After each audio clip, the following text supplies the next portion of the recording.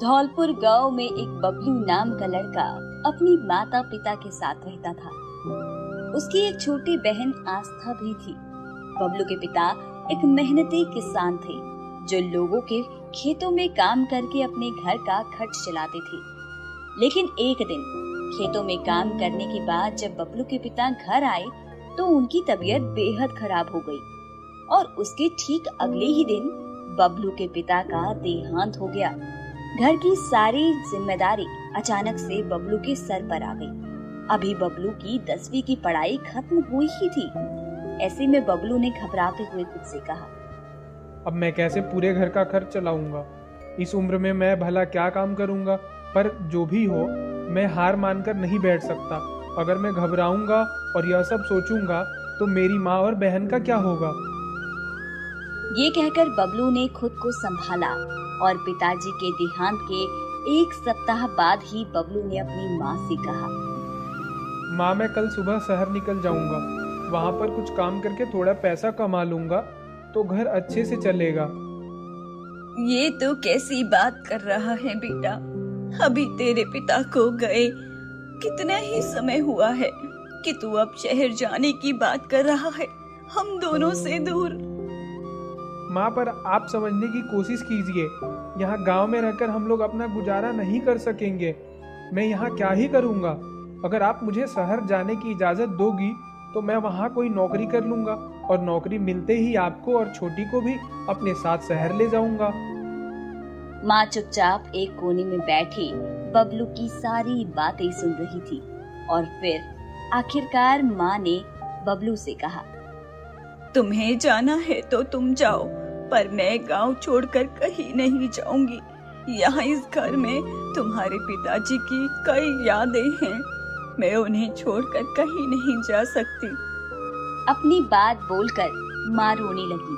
बबलू भी माँ की बात सुनकर भावुक हो गया और फिर उसने जैसे तैसे अपने आप को संभाला और अपनी माँ को समझाते हुए कहा, माँ, आप उदास मत हो।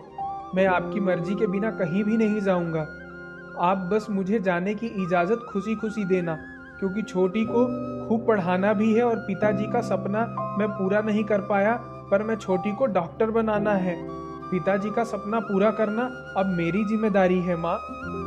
बबलू की बात सुनकर माँ गहरी सोच में चली गई और ठीक अगली सुबह माँ ने खुद ब खुद बबलू को जगाते हुए उससे कहा, उठो बेटा, उठ भी जाओ।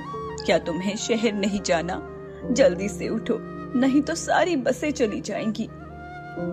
माँ की ये बात सुनकर बबलू झट से अपने बिस्तर से उठ खड़ा हुआ और तैयार होकर अपनी छोटी बहन को गले लगाने के बाद घर से शहर के लिए रवाना हो गया। इधर शहर आते ही बबलू की नौकरी की तलाश शुरू हो गई। अब तो शहर आ गया हूँ, बस अब जो भी नौकरी मिल जाए मैं कर लूंगा। बबलू को उसी शाम एक होटल में वेटर की नौकरी मिल गई। बबलू इस नौकरी को पाकर बहुत खुश हुआ क्योंकि उसका रहना खाना सब कुछ इसी होटल में था। मगर उसकी पगार काफी कम थी, पर फिर भी बबलू खुश था और वो उसी वक्त से होटल में काम करने लगा। बबलू का स्वभाव काफी अच्छा था। इसी वजह से होटल का स्टाफ, होटल के मैनेजर बबलू से काफी खुश रहते और उसके स्वभाव के कारण ही होटल में आए ग्राहक भी बबलू के व्यवहार से खुश होकर उसे अच्छी खासी टिप देकर जाते। बबलू इस नौकरी से मिला पैसा अपनी जरूरत भर ही अपने पास रखता, बाकी सारे पैसे वो अपनी माँ के पास भिजवा दिया करता था। उसकी माँ और बहन भी बबलू के भेजे पैसे से गांव में खुश थे और उसकी बहन अपनी पढ़ाई मन लगा कर रही थी। एक दिन की बात है, होटल के मैनेजर ने सारे स्टाफ को एक जगह बुलाकर कहा, कल से यह होटल बंद हो रहा है, इसलिए आज रात तुम लोग यहाँ पर रुक सकते हो, पर सुबह होते ही तुम सभी को होटल खाली करना पड़ेगा। मैनेजर की ये बात सुनकर बबलू के साथ साथ स्टाफ में मौजूद सभी लोग होटल बंद होने की खबर को सुनकर चौंक गए थे।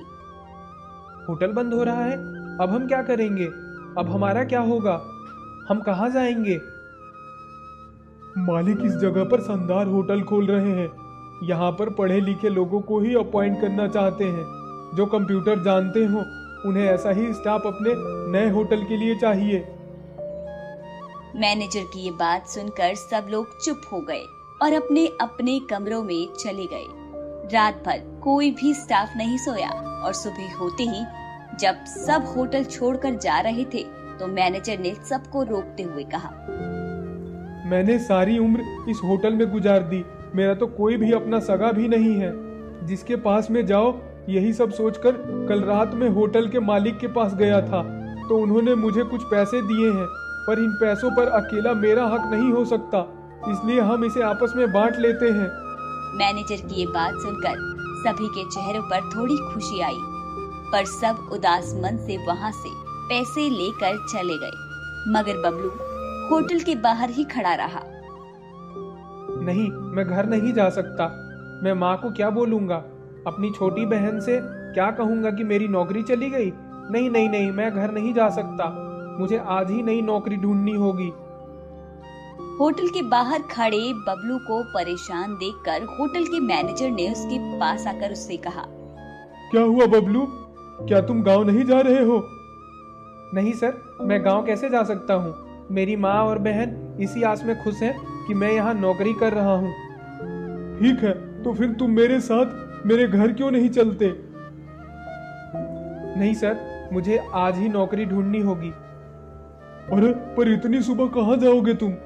और इतनी सुबह सुबह कौन तुम्हें नौकरी देगा? एक काम करो, मेरे साथ घर चलो, थोड़ी ही दूर पर मेरा घर है, वहाँ अपना सामान रखकर तुम आराम से नौकरी ढूंढने चले जाना। मैनेजर की बात बबलू को भी ठीक लगने लगी, इसीलिए मैनेजर के कहने पर बबलू अपना सामान लेकर मैनेजर के घर चला गया। वहाँ पहुंचकर मैनेजर अपनी रसोई में चाय पकोड़े बनाने लगा कि तभी मैनेजर को रोकते हुए बबलू ने उससे कहा, अरे सर, आप बैठो, मैं आपको बढ़िया सी चाय और पकोड़े बनाकर खिलाता हूँ, मुझे यही बनाना आता है। मैनेजर भी बबलू की बात सुनकर हंस पड़ा और उसके हाथ में अपना किचन का काम सौंप दिया। बबलू ने थोड़ी देर बाद चाय और पकोड़े बनाकर रेडी कर लिए थे, जो देखने में बहुत ही स्वादिष्ट लग रहे थे। पर जैसे ही चाय के साथ मैनेजर ने एक पकोड़ा मुंह में दबाया, अरे वाह बबलू, पकोड़े और चाय तो वाकई बहुत शानदार है। इसे खाकर तो मैं तुम्हें एक सलाह देता हूँ, क्यों ना तुम चाय पकोड़े की अपनी ही दुकान खोल लो, इतना स्वादिष्ट बनाते हो, सच में बहुत चलेगी। मैनेजर की बात सुनकर बबलू को ये ठीक नहीं लग रहा था कि वो एक चाय की दुकान खोले। ऐसे में मैनेजर ने उससे कहा, अरे भाई, चाय की दुकान खोलने में आखिर क्या बुराई है? हमारे देश के प्रधानमंत्री वह भी तो चाय ही बेचते थे। हालांकि वो बात अलग है, आज तक किसी ने उन्हें चाय बेचते नहीं देखा।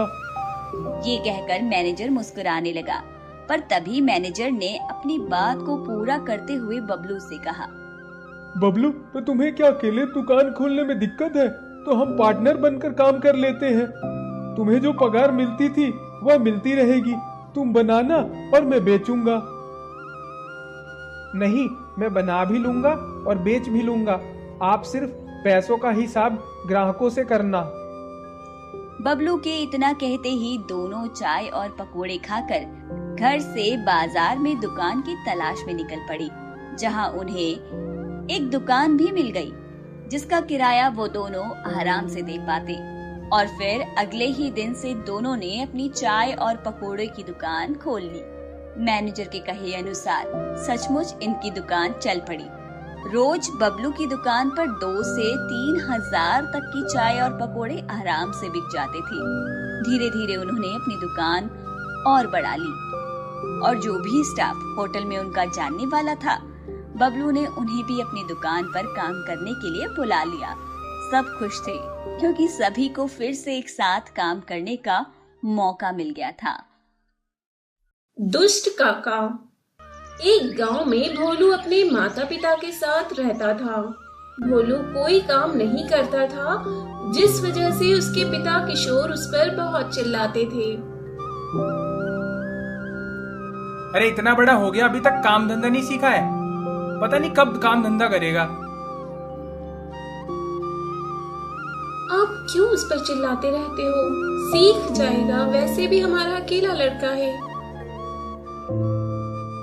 अकेला है तो क्या हम इसे ऐसे ही छोड़ देंगे? पता है ना कुछ दिनों बाद हमें इसकी शादी करनी पड़ेगी। तो फिर क्या, हम इसकी पत्नी को भी बैठा कर खिलाएंगे? आप चिंता मत कीजिए, वह सब कुछ सीख जाएगा। तभी वहाँ पर भोलू आता है और अपने पिताजी से कहता है, क्या है पिताजी, आप क्यों चिल्ला रहे हैं? कभी कुछ काम धंधा भी कर लिया करो, ऐसे ही डोलते रहते हो। चलो बाजार से मेरे लिए चना ले आओ जाकर। ये लो 10 रुपया। ठीक है पिताजी, अभी लेकर आता हूँ। और यह कहकर वह चना लेने निकल गया। वहीं दूसरी तरफ मदन शराब के ठेके पर खड़ा था, पर उसके पास पैसे न होने की वजह से वह काफी परेशान था। अरे अब मैं कैसे शराब लूं? मेरे पास तो पैसे ही नहीं है। 5 रुपए थे, उसकी तो मैंने लेकर पी ली। अब मैं कहाँ से पैसे लाऊं? वैसे भी मुझे घर भी जाकर रुपए ही देने। क्या करूं, कुछ समझ नहीं आ रहा है। तभी उसे भोलू दिखाई पड़ता है। उसे देखकर उसने अपने आप से कहा, अरे ये 10 रुपए लेकर कहाँ जा रहा है? मुझे इसी से रुपए मांग लेने चाहिए। वैसे भी यह बुद्धू है, आसानी से बातों में आ जाएगा।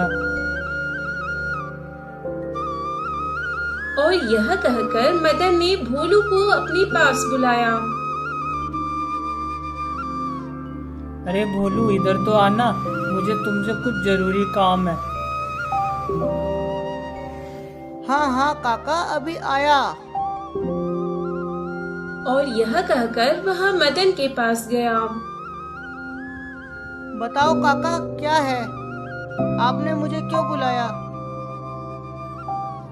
क्या बताओ भोलू, तेरी काकी की तबीयत बहुत ज्यादा खराब है और मेरे पास पैसे नहीं है। क्या तुम मुझे रुपए दे सकते हो? मैं तुझे कुछ ही दिनों में लाकर रुपए दे दूंगा। पर यह रुपए तो मुझे पिताजी ने चने लाने के लिए दिए हैं। अरे बेटा, किसी की मदद करना पुण्य का काम होता है। हाँ, आप बिल्कुल ठीक कह रहे हैं। लीजिए, मैं पिताजी से कह दूंगा। इसके बाद वह मदन को 10 रुपए देता है और वहाँ से घर आ जाता है। घर आने पर किशोर ने भोलू से कहा, अरे भोलू, चने कहाँ हैं? वो चने तो मैं नहीं लाया। क्यों नहीं लाया? क्योंकि मदन काका ने रुपए ले लिए, क्योंकि उनकी पत्नी बीमार थी, इसलिए। क्या तू उस मदन को रुपए दे आया? तेरा दिमाग तो खराब नहीं है? अजी क्यों डांट रहे हो? उसने तो अच्छा ही काम किया है। हाँ, तुमने ही तो उसे बिगाड़ कर रखा हुआ है।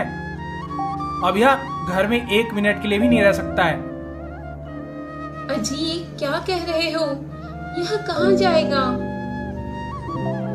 मुझे नहीं पता, यह कहीं भी जाए, पर अब मेरे यह घर में नहीं रह सकता। चल निकल जा मेरे घर से। ठीक है, मैं जा रहा हूँ। जहाँ पर मेरी इज्जत न हो, मैं वहाँ पर नहीं रह सकता हूँ। हाँ जा, किसने रोका है तुझे? ठीक है, मैं जा रहा हूँ। और ये कहकर वह वहाँ से चला गया। चलते चलते वह जंगल में पहुंचा। तभी उसे एक पेड़ के पास बहुत बड़ा पतीला दिखाई दिया और उस पतीले के नीचे 50 रुपए का नोट था। ये देखकर उसने कहा, अरे वाह, मुझे तो 50 रुपए मिल गए।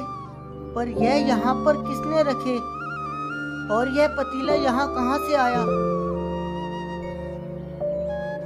मैं कहीं से नहीं आया हूँ। तुम इन 50 रुपए को उठा लो और मुझे भी अपने साथ ले चलो।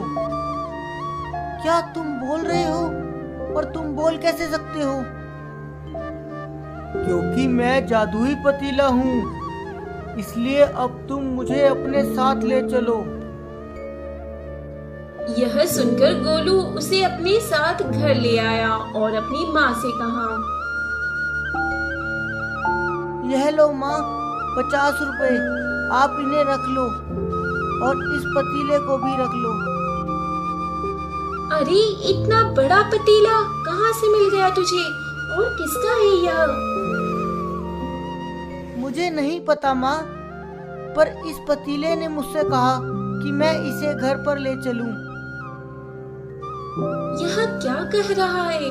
पतीला भी कहीं बोल सकता है? नहीं, मैं सच कह रहा हूँ। इसी ने मुझसे कहा था और यह कह रहा था कि यह जादुई पतीला है। इसी ने मुझे 50 रुपए दिए हैं। अरे मेरे बेटे, तू बिल्कुल भोला है, ऐसा कुछ भी नहीं है, तुझे भ्रम हुआ होगा। वैसे इस पतीले में हम बिरयानी बना सकते हैं। ठीक है माँ, जैसा आप कहो। इसके बाद गीता उस पतीले में बिरयानी बनाती है। बिरयानी बहुत ही स्वादिष्ट बनती है। इसके बाद वह अपने बेटे से कहती है, तुम इस बिरयानी को खेतों के पास ले जाकर बेच आओ और सबसे 2-2 रुपए लेना। ठीक है माँ, जैसा आप कहो। इसके बाद वह खेतों के किनारे पहुंच गया और बिरयानी बेचने लगा। अरे भाइयों, बिरयानी ले लो, स्वादिष्ट स्वादिष्ट बिरयानी। अरे कितने की है बिरयानी? 2 रुपए की प्लेट है। क्या 2 रुपए? चलो कोई बात नहीं, भूख लग रही है, चलो 1 प्लेट लगा दो। ठीक है, अभी लगाता हूँ। और यह कहकर भोलू ने 1 प्लेट लगाई। उस आदमी ने बिरयानी खाई और खाकर कहा, अरे भोलू, तेरी बिरयानी तो बड़ी ही स्वादिष्ट है। मैंने ऐसी बिरयानी आज से पहले कभी नहीं खाई। इसके बाद उसकी सारी बिरयानी कुछ ही देर में बिक गई, पर थोड़ी ही बची। जब वह घर आ रहा था तो रास्ते में एक भिखारिन मिली और उसने भोलू से कहा,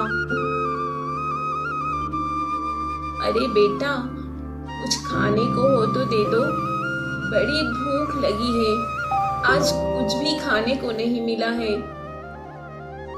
ठीक है, मैं अभी देता हूँ। और यह कहकर भोलू ने उसे बिरयानी दी। बिरयानी खाने के बाद उसने भोलू से कहा, तुम हमेशा खुश रहो और तुम्हारी ऐसी ही तरक्की होती रहे। यह सुनकर वह बहुत खुश हुआ और घर पर आ गया। घर पर आने पर उसने अपनी माँ से कहा, अरे माँ, आज तो सारी बिरयानी बिक गई और यह लो रुपए। अरे वाह, मेरे बेटे की पहली कमाई, मैं इनको संभाल कर रखूंगी। वही धीरे धीरे समय गुजर रहा था और एक दिन गोलू घर पर आया था। तभी वहाँ पर किशोर आ गया। किशोर को देखकर वह छुप गया। इस पर किशोर ने कहा, मुझे पता है बेटा, तू यहीं पर है, मेरे सामने आ जा, मैं तुझे कुछ नहीं कहूंगा। यह सुनकर भोलू सामने आ जाता है और किशोर अपने बेटे से कहता है, मुझे बहुत खुशी है कि तू कमाने लगा है, इसी तरह आगे बढ़ता रहे। यह सुनकर गोलू बहुत खुश हुआ और एक दिन जब वह बिरयानी बेचने गया तो उसे मदन मिला। मदन ने भोलू से कहा, अरे भोलू, तेरी बिरयानी इतनी अच्छी कैसे बनती है? अरे काका, ये सब एक पतीले का कमाल है। क्या? पतीले का? ये तो बहुत अच्छी बात है। इसके बाद भोलू वहाँ से चला गया। वहीं मदन ने उस पतीले को चुराने का सोचा। जब रात हुई तो मदन उसके घर पर उस पतीले को चुराने के लिए आया। मदन ने जैसे ही उस पतीले को उठाया तो पतीले ने उसे जोर का झटका दिया, जिससे वह दूर जाकर गिरा। इस पर उसने फिर से पतीला उठाने की कोशिश की तो उसे फिर से जोर का झटका लगा, जिससे मदन की कमर टूट गई और वह जोर जोर से चिल्लाने लगा। जब चिल्लाने की आवाज गीता के कानों में पड़ी तो वो किशोर से बोली, अरे इतने समय कौन है? अजी सुनते हो, बाहर के कमरे से आवाज आ रही है। अच्छा चलो हम लोग चलकर देखते हैं। इसके बाद वह सभी लोग उसी कमरे में आए तो मदन दीवार के सहारे पड़ा हुआ था। मदन को देखकर भोलू ने उससे कहा, अरे काका, आप यहाँ क्या कर रहे हैं? अच्छा, इसका मतलब आप पतीला चुराने आए थे, इसलिए इसके बारे में पूछ रहे थे। हाँ, तुमने तो बिल्कुल ठीक समझा, पर इस पतीले ने तो मुझे ही धो दिया। बहुत अच्छा हुआ, अब यहाँ से भाग जाओ, वरना हमसे बुरा कोई नहीं होगा। यह सुनकर मदन वहाँ से चला गया। तभी पतीले से आवाज आई, सुनो, अब मुझे जाना होगा, क्योंकि अगर मैं यहाँ रहा तो इसे इसी तरह चुराने के लिए लोग आते रहेंगे। पतीले को बोलता देखकर वह सभी हैरान हुए और भोलू ने अपनी माँ से कहा, मैंने आपसे कहा था ये पतीला जादुई है। हाँ, तुम बिल्कुल ठीक कह रहे हो, पर अगर आप चले जाओगे तो फिर हमारी बिरयानी कैसे बनेगी?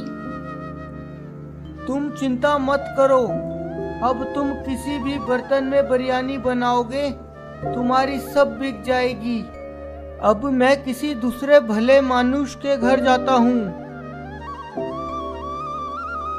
और यह कहकर पतीला गायब हो जाता है और उसकी जगह पर कुछ सिक्के बचते हैं।